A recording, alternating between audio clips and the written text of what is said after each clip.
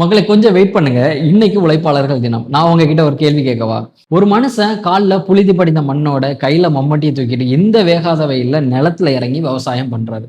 அதே மனுஷன் அடுத்த வாரம் ஒரு ஐடி ப்ரொஃபஷனா மாறி ஒரு கார்ப்பரேட் கிளையன்ட் மீட்டிங்காக தாய்லாந்து வரைக்கும் போயிட்டு வராரு. இந்த கேரக்டர உங்களால நம்ப முடியுதா? பாதி ஸ்டோரிய இந்த வீடியோல சொல்றேன். மீதி ஸ்டோரிய அடுத்த வீடியோல சொல்றேன். என்ன ஃபாலோ பண்ணிட்டு ஃபுல் வீடியோ பாருங்க.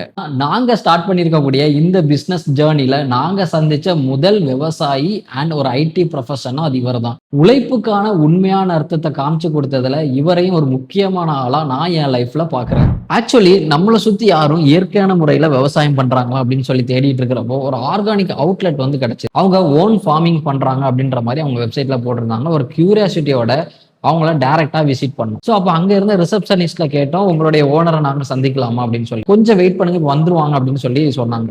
ஸோ அப்போ நாங்கள் அந்த ப்ராடக்ட் எல்லாம் பார்த்துட்டு இருக்கிறப்போ ஒரு வாழைக்கரை படிந்த ஒரு ட்ரெஸ்ஸை போட்டுட்டு லுங்கியை மடிச்சு கட்டிக்கிட்டு ஒரு மூட்டையை தூக்கிட்டு ஒருத்தர் வந்தார். அண்ணா இவர் தான் ஓனர் அப்படின்னு சொல்றாங்க.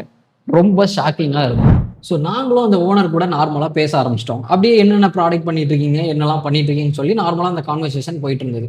ஸோ அப்போ எங்களையும் உங்க தோட்டத்தில் கூட்டு போய் காமிங்க, பார்க்கணும்னு ரொம்ப ஆசையா இருக்குன்னு சொல்லி அவர்கிட்ட ஒரு ரெக்வஸ்ட் பண்ணோம். இதுல என்னமா இருக்கு, கண்டிப்பா நான் உங்களை கூட்டு போய் காமிக்கிறேன். இன்னைக்கு நான் ஒரு வேலை விஷயமா வெளியூர் வரைக்கும் போறேன், வர்றதுக்கு ஒரு வாரம் ஆகும், வந்ததும் நானே கால் பண்றேன், கண்டிப்பா கூப்பிட்டு போய் காமிக்கிறேன்னு சொன்னாரு.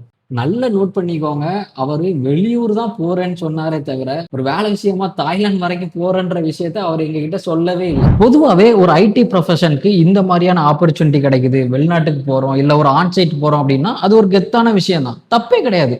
ஏன்னா இவ்வளவு தூரம் படிச்சோம், முன்னேறி வந்திருக்கிறோம், திறமையை கொண்டு இவ்வளவு தூரம் வெளியே போறோம் அப்படின்னா அதை பெருமையா கெத்தா சொல்லிக்கலாம், தப்பு இல்லை. ஆனா இந்த மனுஷன் சம்திங் டிஃப்ரெண்ட்டுங்க. இதை வந்து அவர் ஒரு பெரிய விஷயமாவே பார்க்கல, ரொம்ப கேஷுவலா ஹேண்டில் பண்றாரு.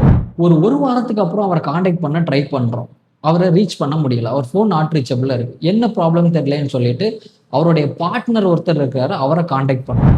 அவர் தான் எங்களுக்கு விஷயத்தையே சொன்னாரு. இந்த மாதிரி அவர் வந்து ஒரு ஐடி ப்ரொஃபஷன், ஒரு கிளைண்ட் மீட்டிங்காக தாய்லாந்து போயிருக்கிறாரு, என்னன்னு தெரியல, ஒரு 2 days டிலே ஆகுது, கொஞ்சம் வெயிட் பண்ணுங்க, அவர் வந்துருவாரு, உங்களுக்கு கால் பண்ணுவார் அப்படின்னு சொன்னாங்க. இப்போ நான் கற்பனை பண்ணி பார்க்குறேன், ஒரு வாழைக்கரை படிந்த ஒரு சட்டையை போட்டுட்டு வேஷ்டியை மடிச்சு கட்டிட்டு கையில ஒரு மூட்டையை தூக்கிட்டு இருந்த அதே மனுஷன் கெத்தா ஒரு கோட் ஷூட் போட்டுட்டு ஒரு கிளைண்ட் மீட்டிங்காக தாய்லாந்து போயிட்டு வராரு அப்படின்னா அப்படியே ஒரு கூஸ் பம்ப்ஸ் மூமெண்ட்டா எனக்கு இருந்துச்சு. இவ்வளவுதான் அவருடைய ஸ்டோரியா அப்படின்னு கேட்டா கண்டிப்பா இல்லை. அவருடைய தோட்டத்துக்கு போனோம், அதோடைய ஸ்டோரியை நான் செகண்ட் பார்ட் தனியா சொல்றேன். அது வரைக்கும் நீங்க என்னுடைய அக்கௌண்ட்டை ஃபாலோ பண்ணிட்டு இருங்க. ரொம்ப நன்றி.